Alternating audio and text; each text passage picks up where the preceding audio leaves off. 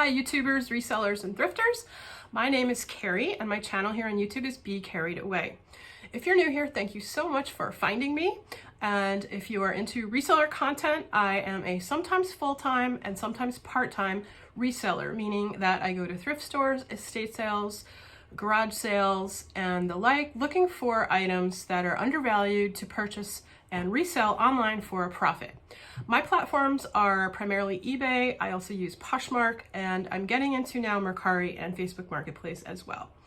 So thank you again for finding me here on the vast internet. If you're a regular of my channel, thank you so much for coming back. As you've noticed, I've been away camping, and I did do that live with the Philly Flipper last week, which was a total blast.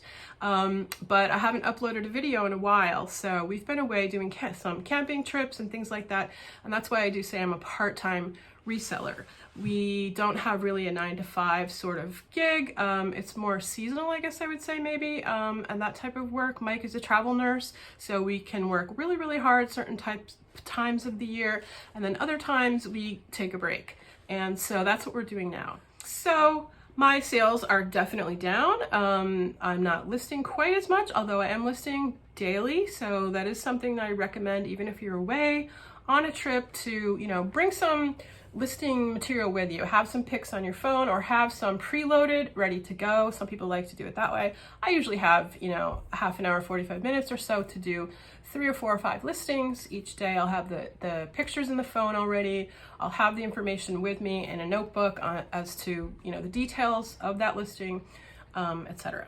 So I do have a couple of tips on how to keep your business running while you are away or on vacation. I'm going to do a separate video on that, but one of the things that I do is to extend my ship time. So when I'm on vacation, I will go into eBay, where you get to choose how long you need to get the item wrapped, what your handling time is going to be. And while I normally put 1 day handling time, I will change that depending on how long we're going to be away to maybe 5 days, maybe 7 days even. And that definitely cuts down on your sales. The good news is, while I was away this week, I had 2 sales that were over $100 each. So for me, that's fabulous. I love those big money bolos. We all do, right? And so I wanted to share with you some of the 2 items that I sold this week, as well as some older items. And these are not super old. These are all from this year. But I decided I wanted to keep kind of a record of these $100 sales, $100 plus sales. They're fun videos to make. And, a lot of times the items drop off of eBay after 3 months. And so this is one of the reasons that I am doing these videos. I want to keep, for a record myself of the fun items that I sold and how much I bought them for. And I thought they're also really inspirational to new resellers or resellers out there who've been doing it for a long time, that there are lots of these items out there. You will find some. You might not find them every week or every month, but they're out there. So it's really kind of inspirational to myself, to other resellers, to take a look at what goes for big money and just to keep your eyes open as well. I think what you'll see on some of these items is that I'm not looking just for the sure bets necessarily. I don't live in an area where I have high fashion. I don't live in a wealthy area where I'm finding, stuff that people are just tossing that's worth lots of money. So instead, I kind of tend to gravitate towards really unique and interesting items that I'm oftentimes taking a bit of a risk on, whether that's something that's vintage clothing I really like a lot. And I have a Dollhouse in here that I sourced locally on Facebook Marketplace. So some kind of, unusual items that are long tail. Those are 2 things to know about me as a reseller. I'm a long tail reseller, and I think that helps with those unusual items. Sometimes you're taking a bit of a risk and it's gonna sit. I do feel confident that it'll sell, but it might take 8 months, it might take a year, it might take a year and a half to sell. So I have a couple of those items in here. And again, they're all from this year, but they're not all necessarily within the past 3 months. The 2 from this week, and then I'm gonna show you some other really cool stuff that sold and talk a little bit about them so that when you're outsourcing, you can keep your eyes open for hopefully possibly similar items, and just get a sense of like what sells for big money. I love watching other resellers and their successes, and it's just really fun. So thank you guys so much for watching. Stay tuned for these fun videos. I'm going to do a voiceover and talk about the items, what they are, and any research that I came up with in terms of, you know, what exactly is this item and why did it sell for this price and that sort of thing. So thanks again. I hope you guys are all enjoying August, and we will be in touch soon. Okay, bye. So here are my solds for $100 plus. First is actually slightly a bit of a fudge because it's not a single item, it's a group of items. Now I found these vintage shoes for between $2.99 and $4.99 each at my local Salvation Army. They were in absolutely gorgeous condition from someone's closet from years and years ago. And I sold the pumpkin pair in the front and the red pair in the back to the same woman who was going to an event at West Point for her son and wanted to wear all vintage. When she got the items, the two pairs of shoes, she loved them so much that she came back to me just within a few days of receiving them and asked if I would put together a package for her to pick up the other three pairs. So I did, and I sold her the first two. I think she paid about $60 or $50, and then the group of three I sold for $100. So for the 5 shoes, I got a little bit over $150. Now with vintage shoes, these are always something that you want to take a look at if they're in good condition. Condition is the big point with these. Obviously, shoes get a lot of wear, but name brand necessarily isn't. So the first brand was Caprini. Some of these were not companies that I was able to research or find. I did know a few of the names, but again, with vintage shoes, you're looking at style, design, color, and condition, and you can be a little bit more free with actual brands. Now, if you find a pair of high-end shoes, a Chanel's or a Salvatore Ferragamo's, of course you're going to look at them and pick them up, but also look at brands that you may not be familiar with, but the condition is just worth it. So vintage shoes, always something to comp or look at. Next is an Aran Irish sweater. This was absolutely brand new. I was able to research the company, Athena. It sold for over $400. And this is known as what's called a Aran sweater because these are made in the 3 islands off the west coast of Ireland. And they are traditional Irish fishermen's sweaters. This one sold for so much because of the beautiful color, because of the company it was from, Athena, and because of the condition. Not all of them go that high, but something in a really unique color with a great knit pattern, etc., is going to command a higher price. These are known as fishermen's sweaters because they were knit for men going out to sea. They were extremely warm and, a utilitarian sort of garment. These were not, high fashion. They were literally meant to keep men warm and safe out on the ocean fishing. So the Aran sweater, you're going to use keywords like Aran, fisherman sweater, and then Irish sweater. Now, not all of them sell for that high price. You'll see that some go for just regular kind of sweater prices, and it's going to depend on all of those factors, but definitely look at Irish sweaters. Next, this was in with the toys at my Salvation Army for $4.99. I almost didn't pick it up. I didn't really know what it was. It looked very unusual. When I flipped this over, I saw that this was an original piece of artwork that was signed. The artist's name is Kristen DeSantis, and when I did comps, it sort of blew my mind. My $4.99 pickup was in the sold comps for $350, and that's because Kristen DeSantis is a well-known metalwork artist, and her pieces are very highly sought after. This was a rare one. This photo right here is not mine. This was the comp that I looked at. I sold mine for $275 on a $4.99 pickup. So take a chance, look at those unusual items. Now, Kristen DeSantis named this one Paloma, and as you saw on the signed piece, she had signed it Paloma. This is on her website, so she was selling these pieces for $450, and I got mine I sold mine for $275. Look at the artwork she has. It's just absolutely stunning, colorful, bright. Her work is just really fantastic. So I was super lucky to pick that up. It took a long time to sell. I think that took a little over a year to sell. I did have a lot of interest in it, but I kept my price high, and I had a few people that just, wanted it, but wanted to send lower offers, and so I kept it.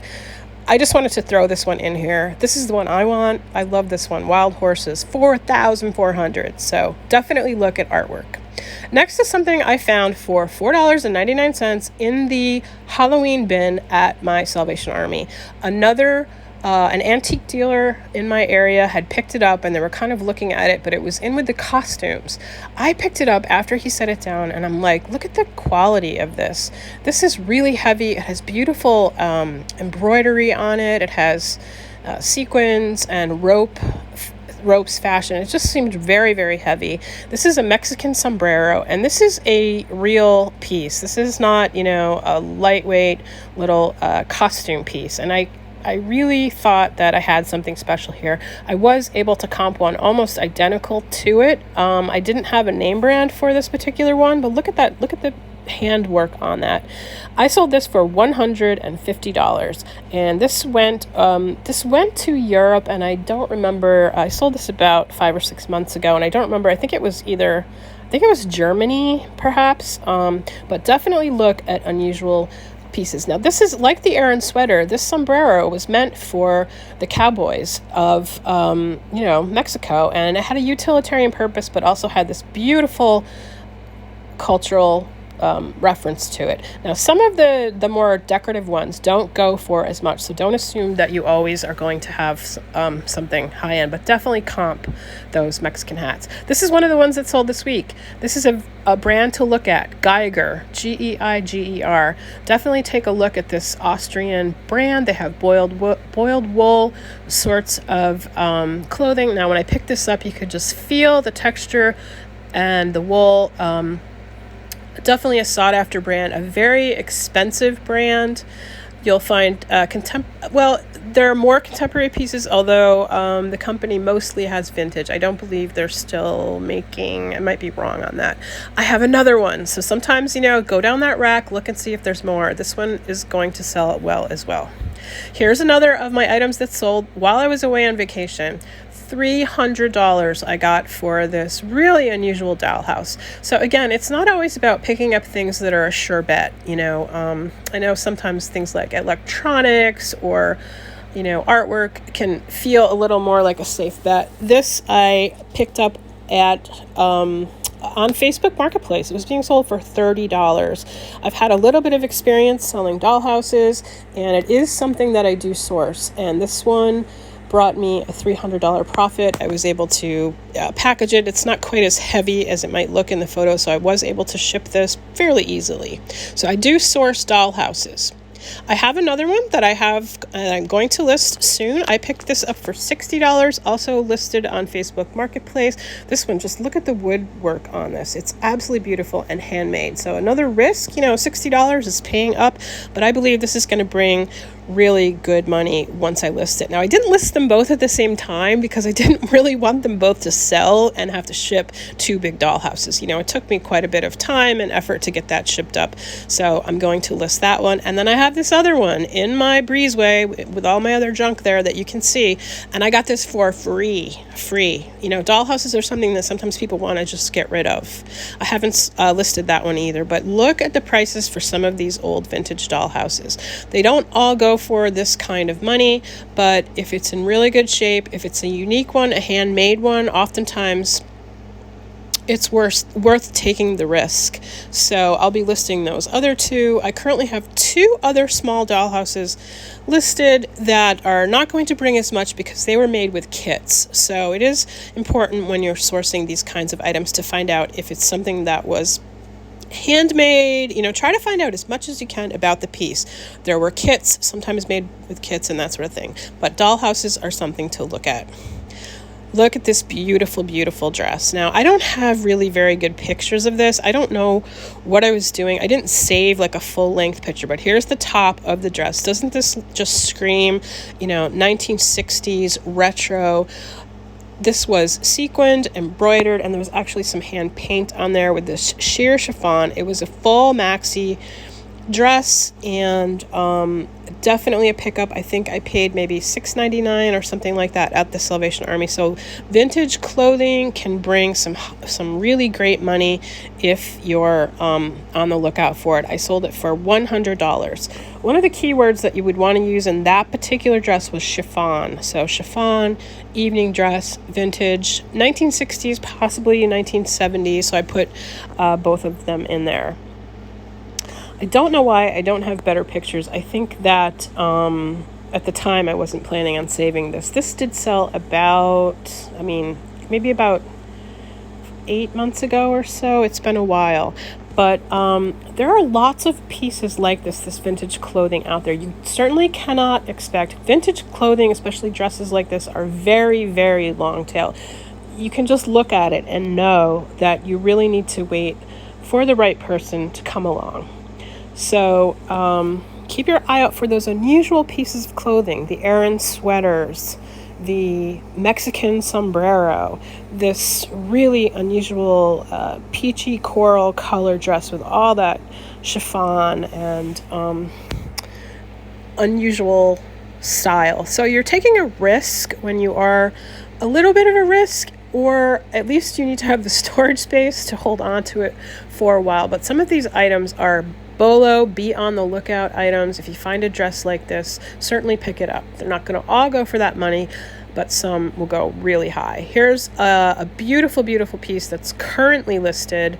Did that currently sell? I can't see it when I'm doing the, I can't actually see it, but I wanted to show this one because it is kind of a style. This was a popular style in the 1960s or 1970s, and these long, full maxi dresses with all of that embellishment and the chiffon sort of cape look is something that you definitely want to keep your eye out for. So this really beautiful chiffon dress with the cape feature and the lace, you really can buy vintage clothing based on style and based on condition. Now, if you do happen to find one that is a designer name, you're going to radically up your price. So I just wanted to show you some other comps, some other examples. Now, these are not items that I've sold. These are things that I'm just bringing in to show you some examples. So this Christian Dior sold for over $200 because of the Christian Dior name. The one on the right is really just so unique and so beautiful that it sold for over $225 as well. So keep your eye out on vintage dresses. You might feel like you're taking a chance because they are going to take a long time to sell. You know, they're going to be something that the right person just has to come along and want to wear that. But it's worth a pickup because it can be a big money sale. Next is more of a sherbet. So these I sold for just under $100. I picked these up for $6.99 at my Salvation Army. So boots are something to pick up. They're a staple. People are always looking for them. If they're in fabulous condition, like this pair, you can expect to get around 100, upwards of 100, depending on the particular brand. So I have good close-up photos of the leather, you know, particularly on the heel, on the toe, the sole. Those are all important photos to take to make sure that the buyer's aware of, you know, what the condition is going to be, and that's going to drive what kind of a price you can command. So this next pair I sent overseas, and I got a lot of money for these. They're over-the-knee boots by Stuart Weitzman, which is a very, very high-end brand. And I was able to find, there are current styles, so I was able to find the modeled photo and put that up as well, because Poshmark does allow you to do that. Okay, next, here's where you're taking more of, like, you're kind of going off the beaten path, right? You're not just looking at sweaters or jeans or shoes. This is a snowmobile suit, right? The kind we all wore as a kid. But, you know, lots of people love vintage ski wear and vintage snowmobile wear. And I think I paid $6.99 for this vintage piece and got almost $100 for it. So don't be afraid to go off and look at the unusual racks, the coats, the jackets, and the snowmobile suits that in my store are kind of set off to the side because they can bring some big money if they're in great shape. Next is a Cowichan sweater. This is part of a pair. I sold 2 of these together for $225. Now, the reason these are a pair is that this was a kind of cultural trend back in like the 1970s or so. These were patterns that you could knit, and they often had these kind of designs to them with outdoorsy kind of nature-based designs, but all kinds of other stuff too. And I'm going to show you a few other examples because I think these are just so much fun to take a look at. So here I do have Mike modeling one of the shawl collar Cowichan sweaters for me. Usually these are full zip, not always. Sometimes they're button up, but they were made oftentimes from a pattern by a company called White Buffalo. So if you do look up White Buffalo or you Google it, you'll see some really fun and funky, really kind of kitschy designs. They're oftentimes outdoorsy, like I said, but not always. Sometimes you'll find, bowling themes and really kind of retro look to them. But these can sell for really big money. Again, they're going to be a long tail item, and they're going to be something that will take a while. My pair took about, I think, a year to sell. Now, the reason they're called Cowichan is that they are originally inspired by the Cowichan sweaters made by native groups in the Pacific Northwest, the Cowichans. They're often known as Siwash sweaters, Indian sweaters, curling sweaters, Cowichan, and then Mary Maxim sweaters. And the reason they're called Mary Maxim is there was a company that had taken inspiration from the Cowichan sweaters and was making them back in the day. So those are all words that you can put either in your title or in your listing somewhere. I do recommend kind of adding them to your description. You want to have some sort of a description on a big money item like this, talking about the design, the pattern, etc., and the condition, of course, obviously. Now, these Cowichan sweaters were a big inspiration for the company Pendleton, and Pendleton created this design called the Westerly cardigan.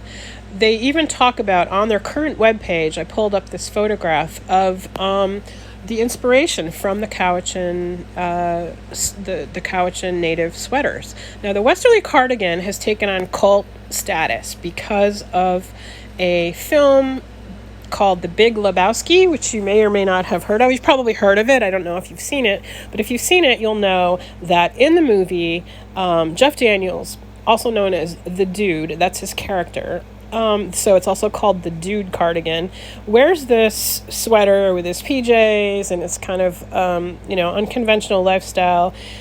Throughout a lot of the movie, almost all the movie, this sweater makes an appearance. And if you find an original vintage Pendleton sweater like this, you can expect that you'll have a big money bolo on your hands. So they can go for lots and lots of money, particularly if they're the exact sweater from the film or if they're true vintage. Now, as you saw in the photo from Pendleton has has brought that sweater back. So you need to be very careful if it's an original vintage one or if it's the newer version of this sweater. It's so popular that they're reselling it. So now here's another one that I sold. I didn't get $225 for this. I got, a basic sweater price, and it just, it's still a shawl Cowichan type sweater. It has just more of a simple design on it with the horse. So don't always expect that you're going to get big money for it. It's going to depend on, what the market will bear. Who wants it? How long have you sold it? What kind of price are you going to put it? I probably could have got more for my horse sweater, but it's hit or miss with this kind of sweater. Now, here are a couple of examples I'm going to show you just to give you an idea what to be on the lookout for. If you see something hand knit like this with this kind of, outdoorsy theme or pattern or kitschy retro pattern, definitely pick it up. If you get it for a good price and it's in good condition. Bowling sweater. Here's another horse sweater. Tan Bark was a company that made these as well. So if you find a label on it, you're going to command more money for it. And this is a Miller. This one I just threw in there because I thought it was absolutely beautiful. This is a real classic example of a shawl collar full zip cowichan. So there's mine again. There's Mike modeling it, and this was a pair. I got $225 for these. I paid $4.99 each for those, so $10 became $225. Those big money bolos are out there. Keep sourcing, keep looking, and you'll find some $100 plus sales. I hope you find one soon. Thanks so much for sticking around to the end of the video, and we'll see you again soon. Have a great day. Bye.